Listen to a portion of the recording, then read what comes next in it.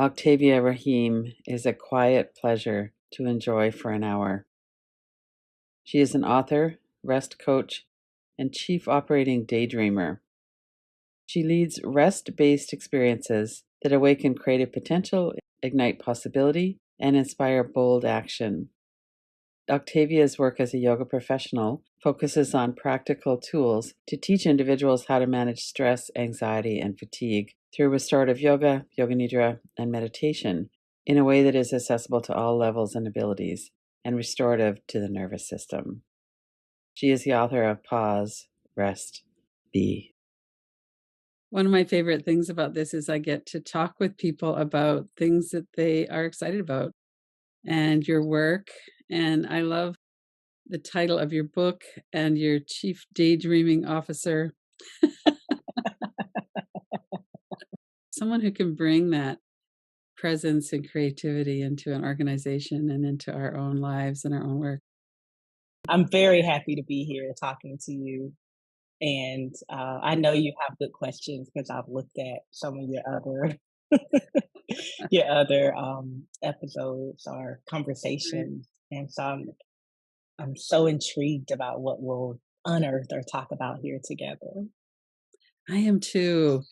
But why don't we start with just a little bit of your story, who you are, and how is it that you came to really recognize the importance of resting and pausing and letting that kind of organic flow happen in our life? How did you come to where you are now? I know that's a big question, but It's a huge question, and I want to back up just a few steps, if I might, sure. and do something that I do with everyone that I gather with, and that is to invite you into taking 2 or 3 breaths with me. And those breaths are just look up, look down, take your eyes off the screen, close them if you feel safe to, or have an opportunity to, and then notice your own body and then notice your own breath. I'm doing this for myself too as I cross the threshold into being into your presence. So if you could join me with that now, I would really appreciate it.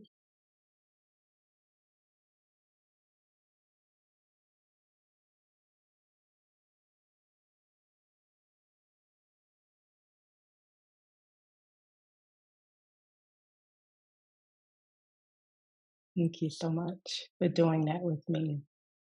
Mm, And I purposely don't lead it. I don't guide it. Your breath is so intelligent. You know mhm. how to connect to it.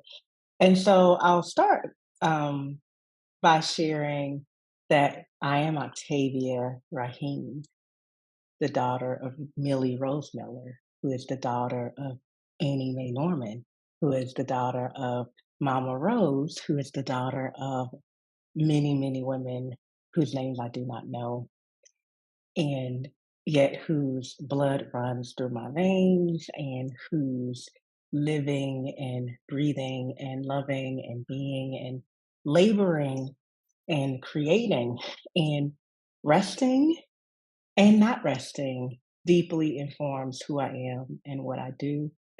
And they were my portals to this. They sit with me in spirit as I join you here.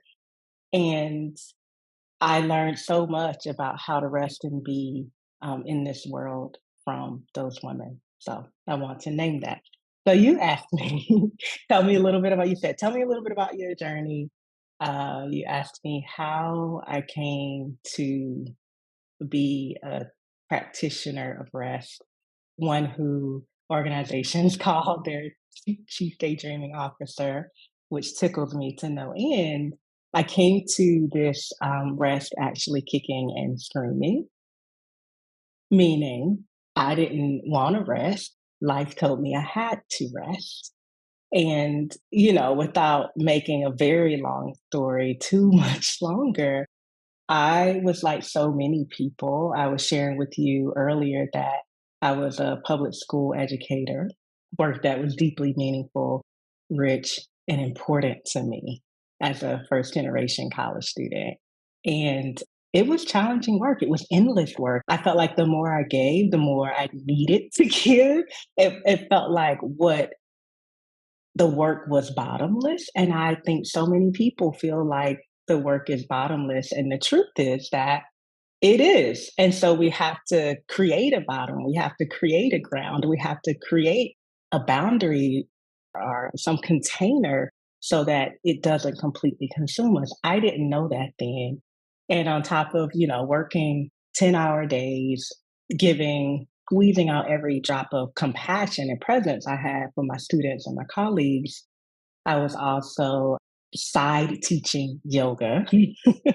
I was also, this is a time period in my life, I was also an avid workouter. I'll just say that. Like, I think I might have had a disordered relationship with movement or workout in that moment. And so my days, Lynn, would be from 4:30 to about 11:30 p.m., 4:30 a.m. to 11:30 p.m. This is like on and on and on. This is wake up, do it all, do all of that, go to sleep, maybe, do it all again. How long can anyone do that? Yet so many of us live this way. But all of my doing came to a head in 2012 when I was hospitalized with a condition called rhabdomyolysis, which is rapid muscle breakdown that can poison the body. The kidneys can't flush out the toxins or break down what toxicity is moving through. And the nurse that was taking care of me was like, ultra marathon runners get this. What have you been doing? And this moment of someone saying, you are living your life like an ultra marathon runner, and having my physical body respond so violently to the level of doing and lack of nourishing and lack of resting was, it hit me right in the face. And it was profound because I already was teaching yoga and sometimes meditation, right? And so you'd be like, and it's also when I realized, I was like, oh, I think I might be using my practices to manipulate and control my body versus be in a relationship with it. So I came to rest, or this profound devotion, reverence, and respect for the pause was conceived and also delivered to me in a hospital bed.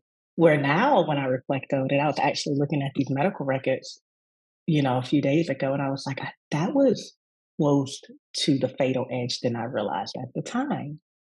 And so for me, when I say that rest and the pause and having a relationship with slowing down and doing all the inner work that is required to move at the speed of life and trust versus machines or production line. When I say all of that has saved my life, it is quite literal. I'm one for metaphor, I'm one for poetry, but when I talk about this, it's literal. So that's how I came to rest. And how I came to it, the night nurse taking care of me asked me one day, she sat on the bed, which I was alarmed by. I was like, this isn't overstep, right? You just like, please just put the medicine on the tray or whatever, take my pulse. Don't. But she sat down and she ministered to me, I'll say. She ministered not just to my body, she wasn't just administering medicine, she ministered to my mind and my heart and my essence even. And she said, like, what is it? She said, so you're living life like an ultra marathon runner. What are you running from? And I start sobbing because I'm like, who are you? Just be a nurse. Don't do all why you do. And then she held my hand and she quoted this scripture from the King James version of the Christian Bible. And she's like, Psalms 46:10. And I was like, I do. I grew up in the Baptist church, just like you probably did. And Mhm. she was like, it's be still and know. It says be still and know. It says be still and know. And she invited me into this curiosity around what I might access, what knowing, what wisdom, what possibility I could access in the stillness. And she was an authority to me in that moment, a teacher. And the source that she quoted was a lineaged authority to me because of my background. I had to really sit with that. And she looked around the room. She said, I see, because I had my oils in there. Someone had brought me my yoga books. I had on my yoga teacher costume, so to speak. I was like, I don't even know why I'm in here. I'm so mindful. Right? And so she looked around and she said, see your little stuff in here, but are you really living this practice? And it was in the least judgmental way. It was like, she just was like, what's happening here? There's clearly a disconnection between what's available to you through the practices you know and how you are living or embodying them. So there's more to that story. But in that moment, I was in a physical breakdown. This Mhm. nurse came in and held me. I was having many layers of breakdown that ultimately opened a portal into this breakthrough. And I think it was in a hospital bed that I watched. I can't even remember it now. Some documentary on like more stillness and more ease and more rest. And I was like, I have no idea how I could ever live that or really practice it or lead with that. But I know that I can't keep doing what I'm doing. And so I better figure out how.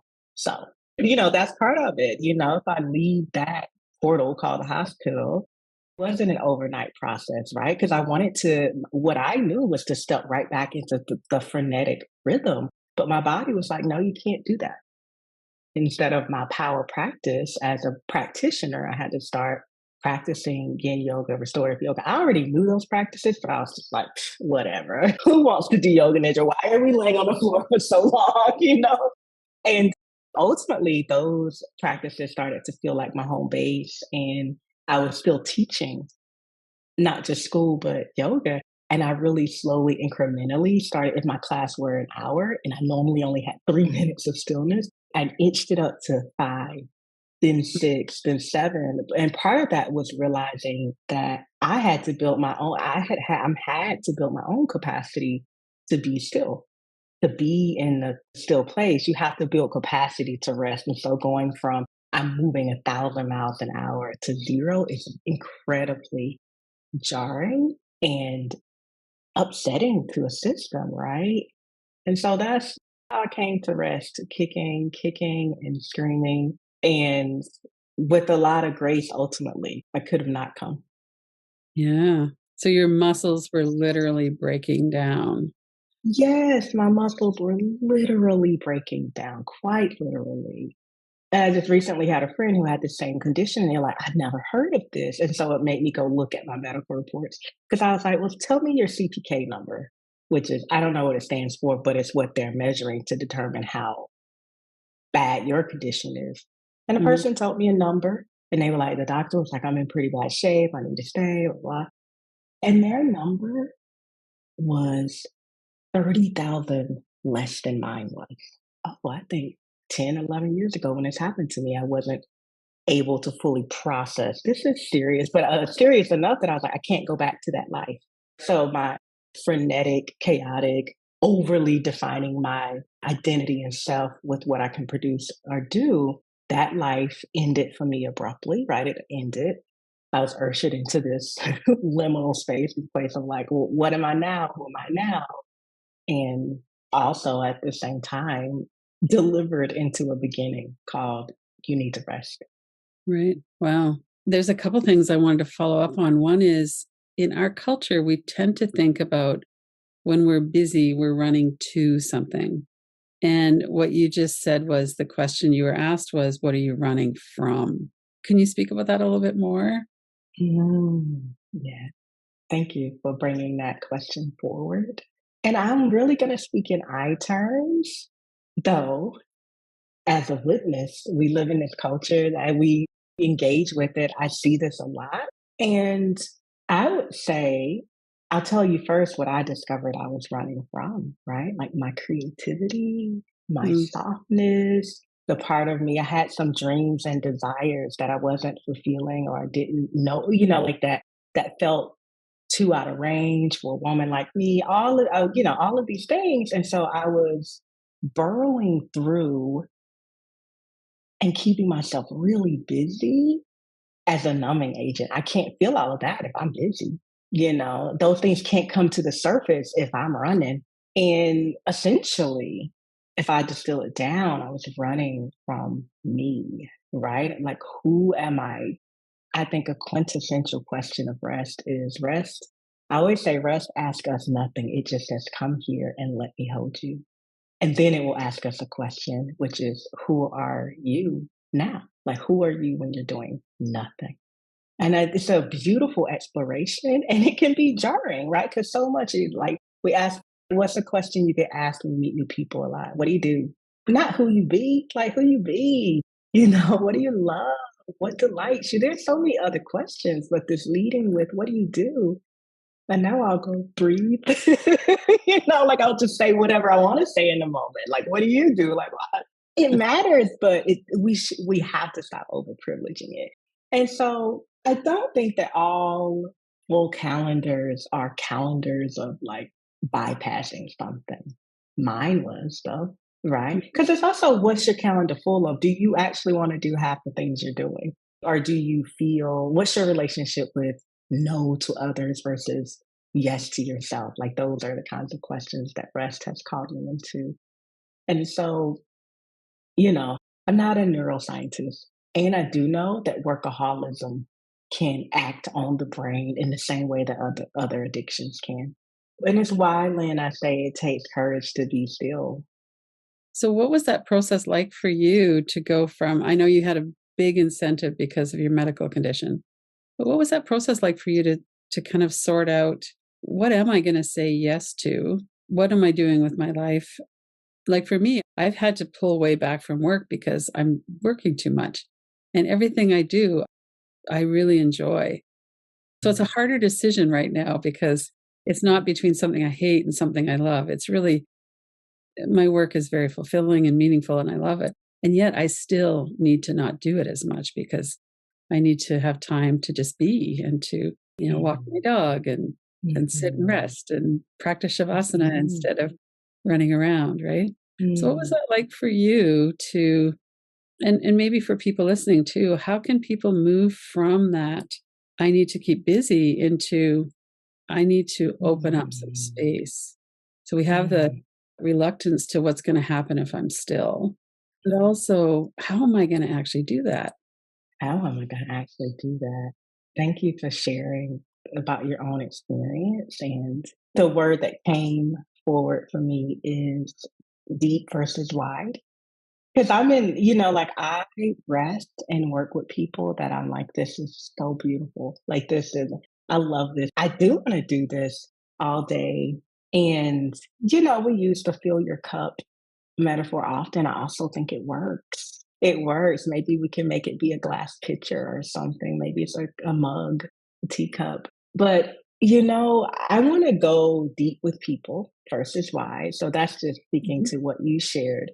And then my journey that on this one level it started in 2012, but likely I've been hurled toward this through this journey for a very long time. I'm still in process, right?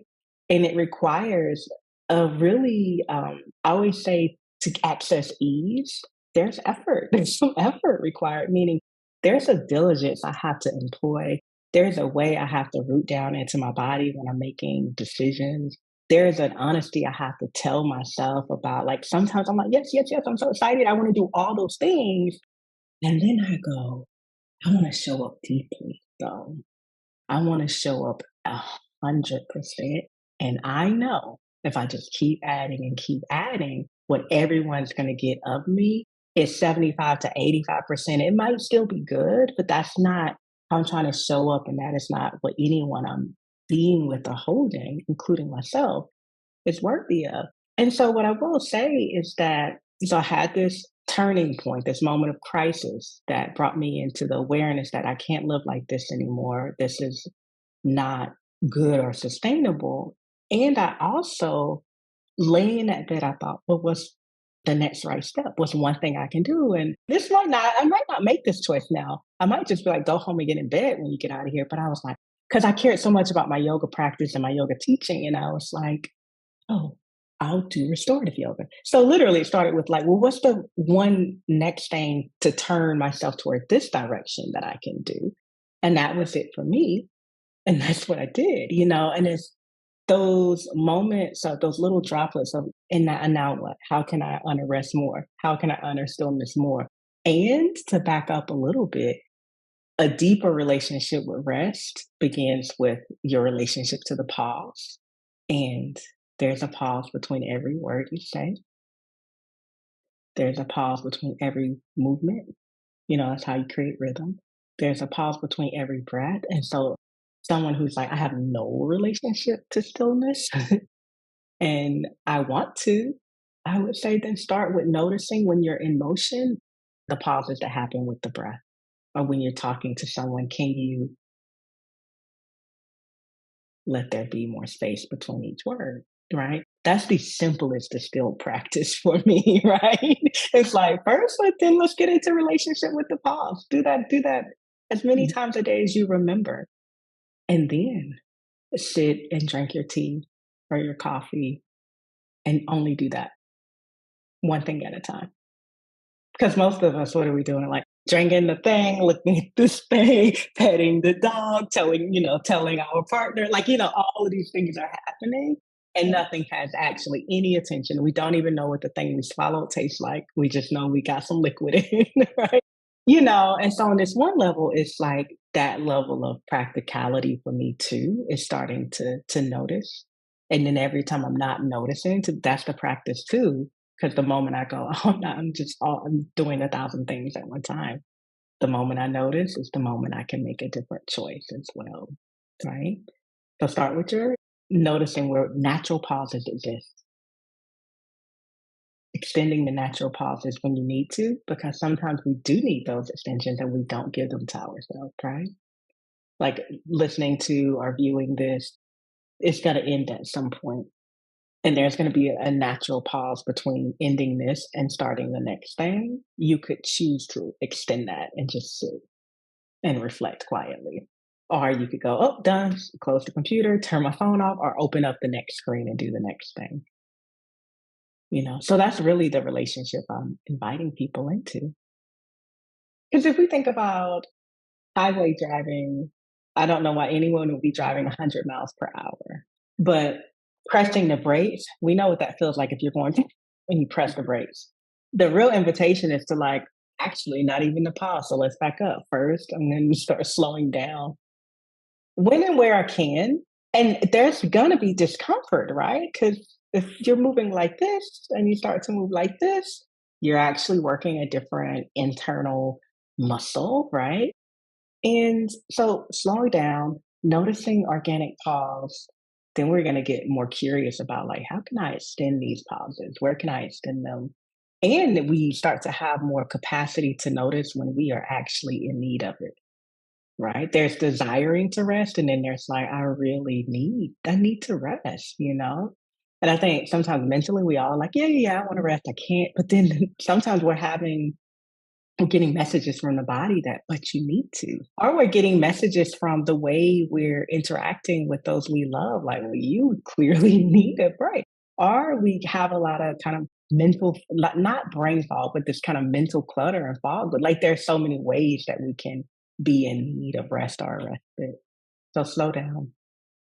Notice the organic pauses that already exist within your day, your life, your body, even extend those where it feels accessible to you, and then you're that's gonna lead you to more curiosity around, "Can I just be still?" And then the other thing I said is thinking of some ritual you already have, some routine thing you already do, like drinking a cup of tea or coffee in the morning, and instead of doing 8 things when you do it, drink the tea. Right. One thing at a time.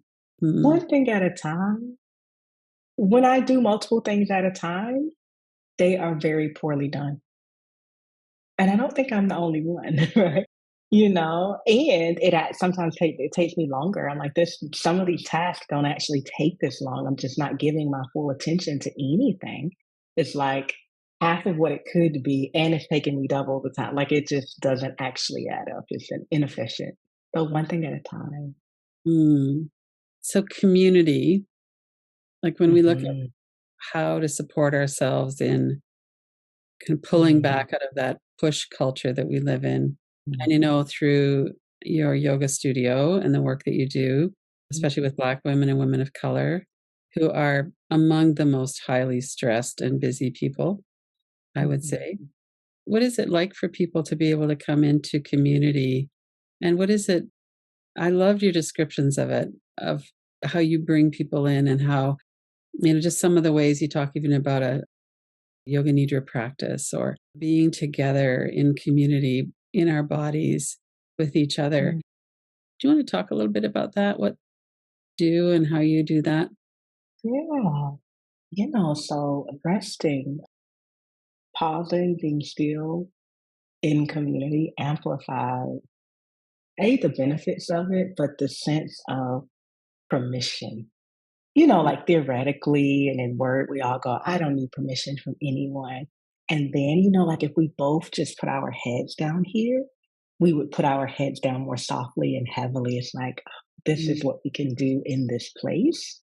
And I also know there's a tremendous amount of a sense of safety required to be still with people, to rest with people. So it's never lost upon me that folks will rest in my presence, that folks will rest in your presence. Or when I work a lot with women, women rest in each other's presence. And I'm like, it's profound to me. And so when I owned a brick and mortar studio and I had this Friday class that routinely sold out, and all we did was get a whole bunch of blankets, pillows, and bolsters and lay down on the floor, right?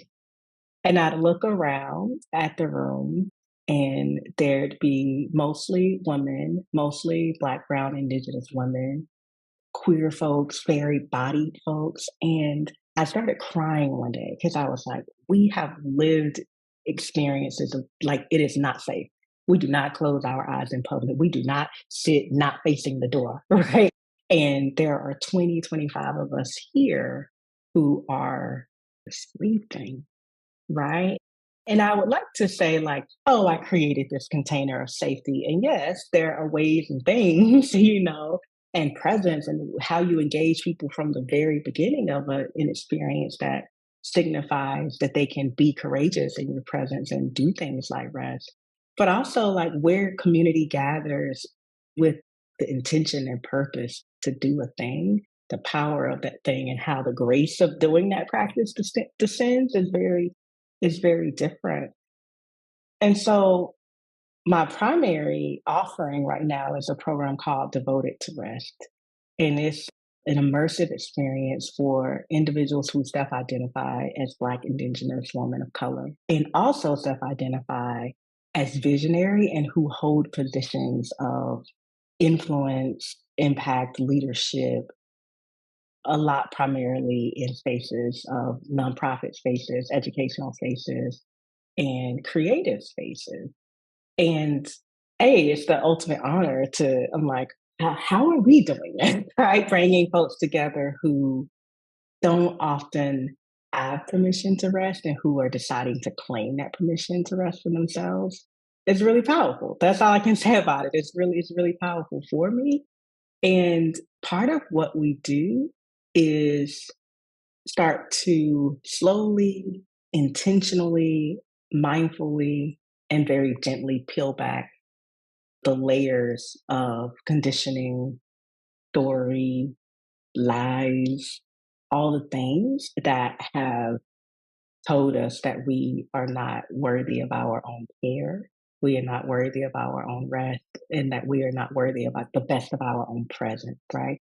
And some of the process of doing that is mindful conversations like we're having here, is introducing ourselves not through what we do, but through the lineage we come from. Kind of like what I told you, here are the women who I rest with in honor of, and who when I lay my body down, they rest too. I really understand this. I really feel that, you know. So mindful conversations, connecting in new ways that don't necessarily identify or center the work we do and the positions we hold or what we will do. And then the practices that anchor my programming are restorative yoga, yoga nidra, meditation, naps, doing nothing, one thing at a time. Those are real practices, right? So that's some of that work, Glenn. Yeah, some of that rest. And my sense is that we all really long for that. And it's difficult. It is difficult. And, you know, one person slowing down. resting, turning on their out of office, someone goes, "Oh, maybe I can do that too." Right?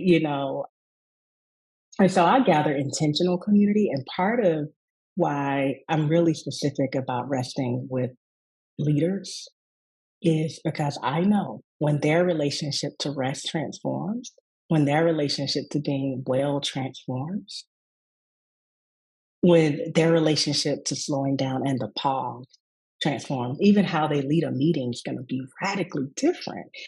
How they engage with their teams will be different, and then how their teams engage with their teams. That like there's this, and it's not necessarily trickle down, but I really understand how powerful those who hold leadership roles are and how they influence the way an organization's culture is formed.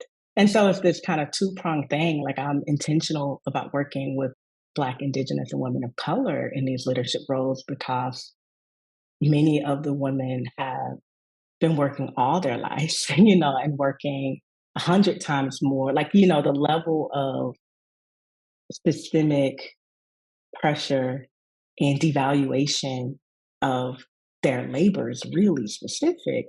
And I'm like, when they really start to trust rest in their bodies and reconnect to a sense of worth rooted in the essence of just who they are, like that not that it's always already missing from the leadership, but when the practice gets in a body and then they go back to wherever they're going back to, they lead differently, They right? do. And so I also think, Lynn, that the most powerful person in any room is the most well rested one. I don't really, and it just also just has to do with the most regulated person in the room, and rest is a regulation tool, right? We all know what it feels like when we are unrested, but also haven't slept, haven't drank enough water, haven't tended to our very basic needs, which sleep is one. And I'm not always talking about sleep when I'm talking about rest. Mhm. I'm also, when I talk about rest, I'm talking about refuge, restoration, respite. You can be awake in rest, right? You can be in this, we can have a restful conversation here. It's also an ethos, right? It's a how we do what we do. That means that we aren't intentionally creating frenzy. We aren't intentionally creating chaos. We are intentionally engaging in a culture of made up urgency. The most powerful person in the room is the most well rested person in that room. And I endeavor to be a part of creating rooms that have more than one well rested person in it, more than one well rested leader in it. As you're talking, I'm thinking about my meditation teacher, and sometimes he would talk about why we were there with him. And he said, you're here because of my mind. My Mm, mind is very settled. And I experienced that with him many times. When you would speak with him, he was there, he was just present. And he mm, wasn't thinking about other things. He wasn't thinking about, well, I'm going to tell her this story about what happened to me, or, he wasn't doing any of that. He was just listening. So, this somatic practice of listening in our bodies is so mm, powerful. I love that saying, the most powerful person is the most well rested person. That's so transformative. And when he mm, spoke, he would speak very quietly often, and everybody would just be quiet and listen. And mm, just that energy. And mm, that's wonderful when we can bring some of that out into our world. Yeah. I'm just going to pause here, reflect on what I'd like to ask about next. There's several things I'm interested in knowing more about. One of them is the yoga and wellness world. So there's not a lot of resting in that world. Although, I train yoga teachers around yoga nidra, trauma informed yoga nidra, and there's a lot of interest in it. I think mhm, we have a longing to know mhm, stillness and to go into stillness. And yet, when we think about yoga, we tend to think about poses and mm, Lululemon and yoga mats and chanting namaste. And a lot of it is there's a lot of problems with that. Do you want to talk a little bit about how you see that whole world right now in North America, Mm. especially? So I would say the movement, the stillness, burlap pants, the Lululemon, I'm a student of the both end. But what struck me when you were speaking is that you said people have this longing for stillness. And I really feel like that longing is to return home to themselves, and stillness and rest does that. And then we also have resistance to that, right? I love asana. I love the postures. I love the physical part of yoga. And when I told that story I told you about landing myself in the hospital, that's what I was doing. I was working out in other ways, but I was really pushing my body very hard in physical yoga practices. And I was really subscribing to this like mind over matter, which now sounds like disconnects from your body to me. Like when I think about what does that actually mean? Am I constantly over? Are you telling me to override the signals of my body?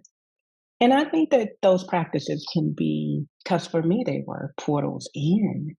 It's unfortunate though. It's a portal and it's a threshold rather. And when you stay at the threshold too long, stagnation is going to occur, harm is gonna like things start to happen because that's not where you should stay, right? And I think that what I know about stillness is sometimes it makes you feel good, sometimes it just makes you feel. But now the endorphin rush of doing like very movement based things, that's pretty reliable, right? So like as a business model, like handing someone something that they're gonna walk on and be like, "Ah," even if what they were doing is like, burning their adrenals up, even if what they were doing wasn't of actual service to the totality of their body or being, it initially can feel good. It might take years to realize that, oh, those practices weren't serving me. And so, and so I think that part of it is like, what can you really easily package, right? And the other part is that you cannot teach what you don't practice. It's irresponsible, right? It's not ethical. And you actually can't do it.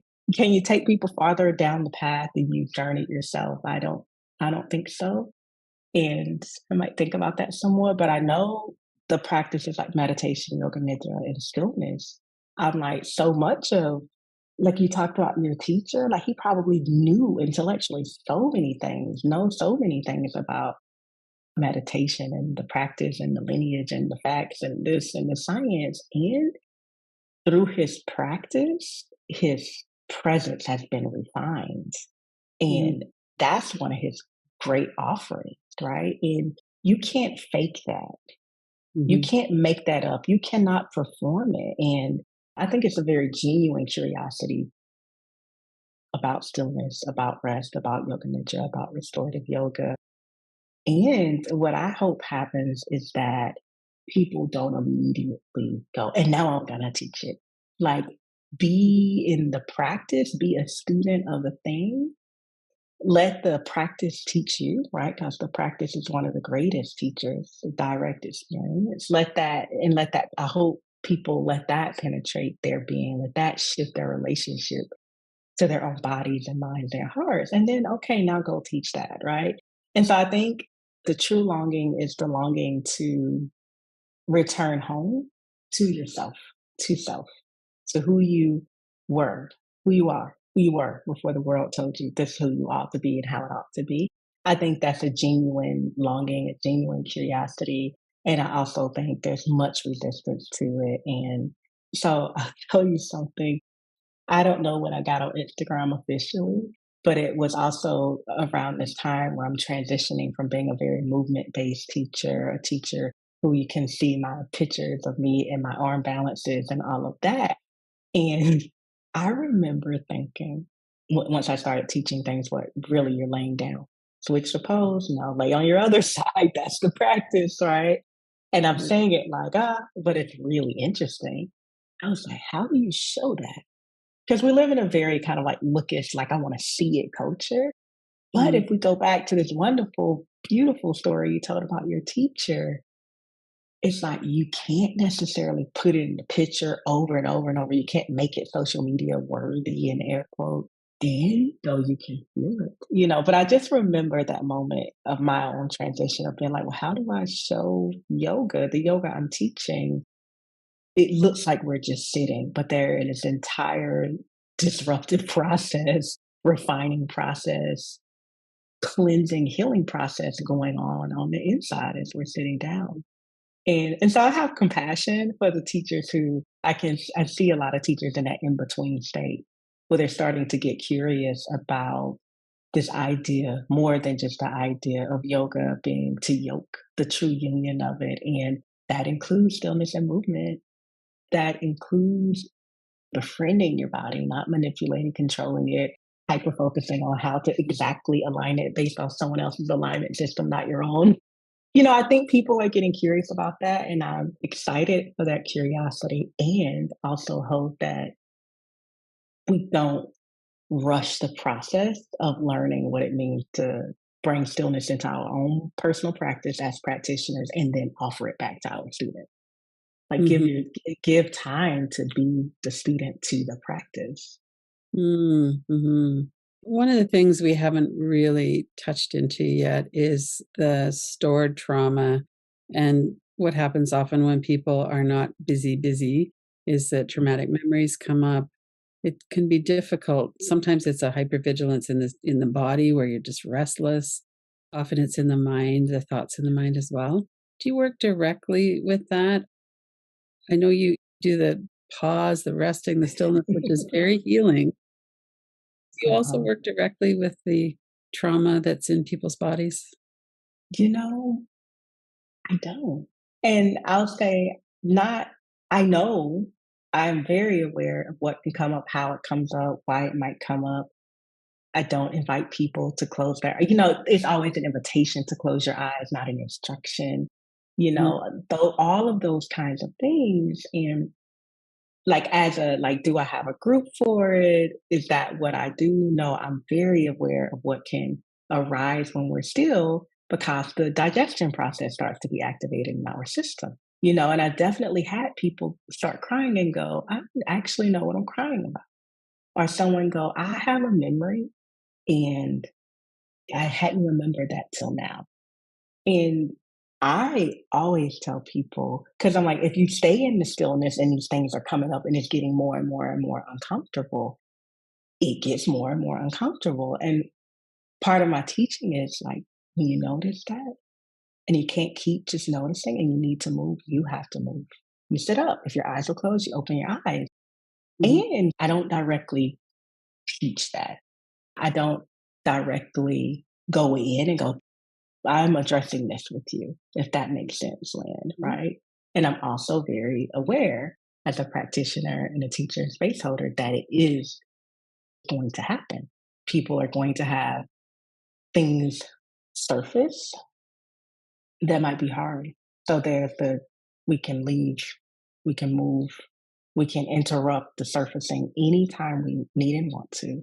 And the other thing that I've had students share with me is that if they stay with it and they stay with it, something this happens, right? This kind of lifting happens. But that's very personal. Like I'm not pushing people to stay with it. And mhm, I'm not gonna hold you here and say, don't approach it, right? Yeah. And I always have in my back pocket, here's the list of like highly skilled therapists and trauma-based professionals that when something arises that someone's like, something got undone, then we need to engage with someone on a different level. The other thing I want to share in terms of things surfacing in restorative yoga is this experience that my dear mama had in her first restorative class with me.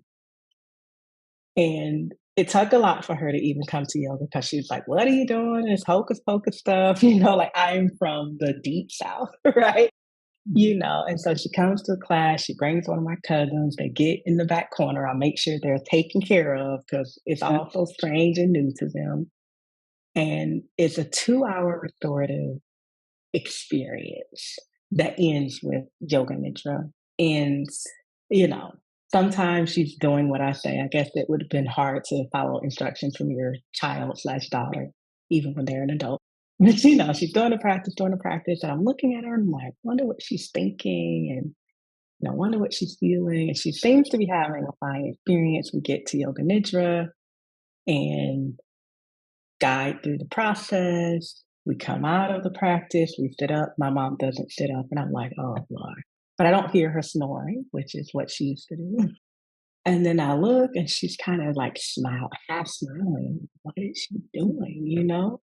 And then the room clears out. I talk to people. Maybe an hour goes by, and then she just sits up.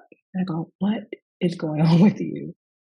And she goes, "I was having these explosive memories," and I'm like, "Okay, wow," And she goes, "No, I was in my front yard and I was running and playing."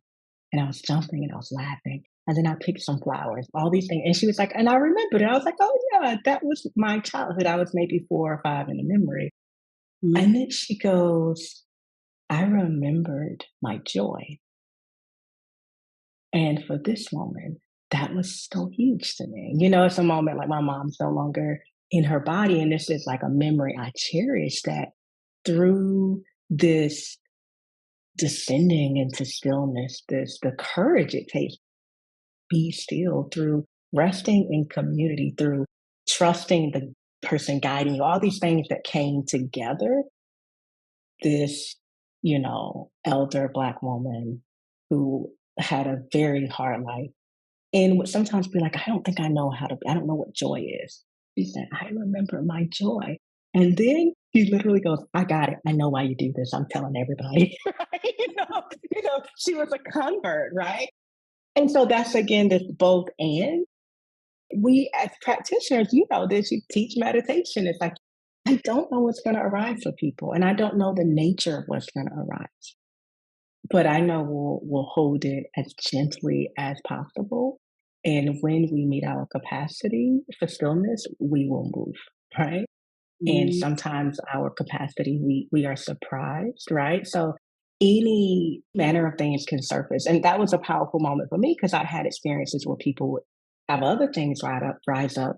But in the population and communities that I teach, who are really have some kind of collective traumas we carry, I get over and over people who remember something that they're like, this feels like it's restoring me to my wholeness. And it's like, Lynn, I don't exactly know the science behind that, but I go, if just laying your body down and being wrapped up and someone saying we can rest here as long as you need to can make someone wake up and say, I remembered my joy.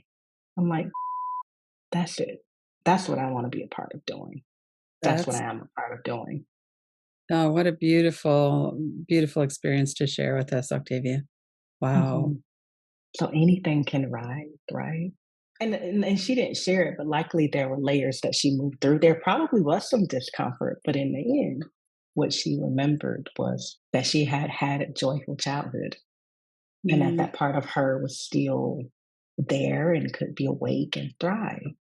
mhm, mhm. No, that's beautiful. I'm OctaviaRaheem.com. I'm Octavia Raheem on all the socials. You can also find me at pauseresb.com.